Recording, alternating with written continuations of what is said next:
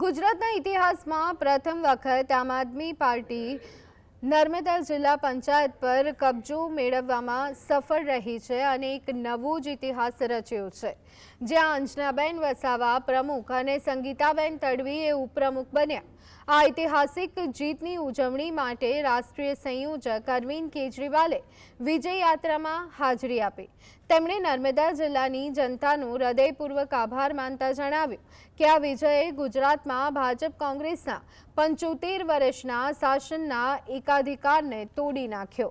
આ જીત માત્ર એક શરૂઆત છે, જેની ચિંગારી 2027માં સમગ્ર ગુજરાતમાં આપની સરકાર બનાવશે।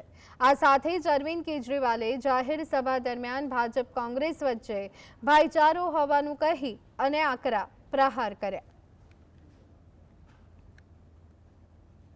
आदिवासी क्षेत्र के लोगों ने ये चिंगारी जो शुरू की है, यहां से नर्मदा जिले से जो चिंगारी शुरू की है, अब ये चिंगारी पूरे गुजरात में फैलेगी और 2027 में आम आदमी पार्टी की सरकार बनेगी।